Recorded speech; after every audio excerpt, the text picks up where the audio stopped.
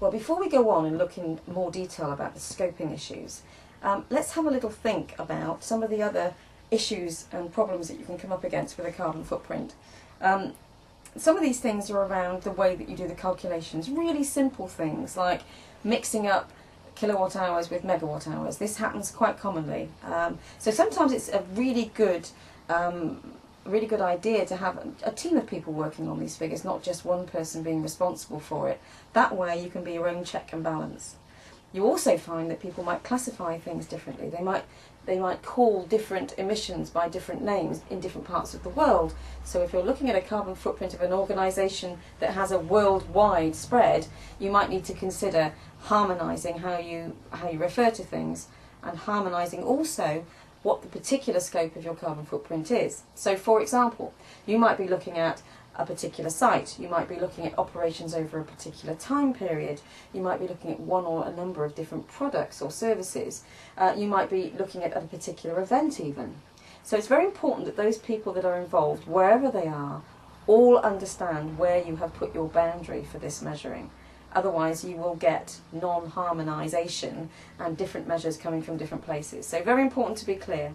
And one final point here is that these seem to be the smallest numbers sometimes can have the highest impacts.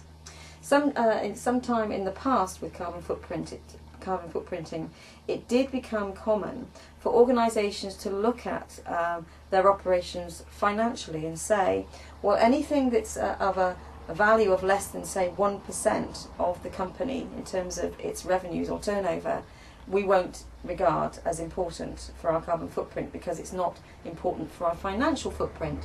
But the reality, of course, is that actually that doesn't necessarily follow.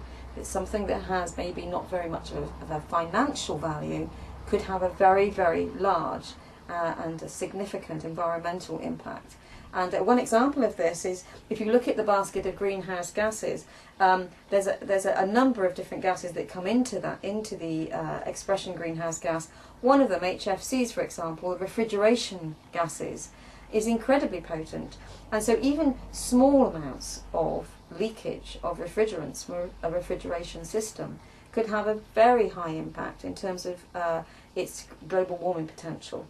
I think HFCs are something like, relative to carbon dioxide, if carbon dioxide is equivalent to, say, 1 for global warming potential, then you look at an HFC and its equivalent is something in like 11 or 12,000 of the CO2. So it's not necessarily amounts that are important, it's their potential for damage that's important. And this is why you would not consider using a financial measure as a way of determining where your scope is. It has to be environmental.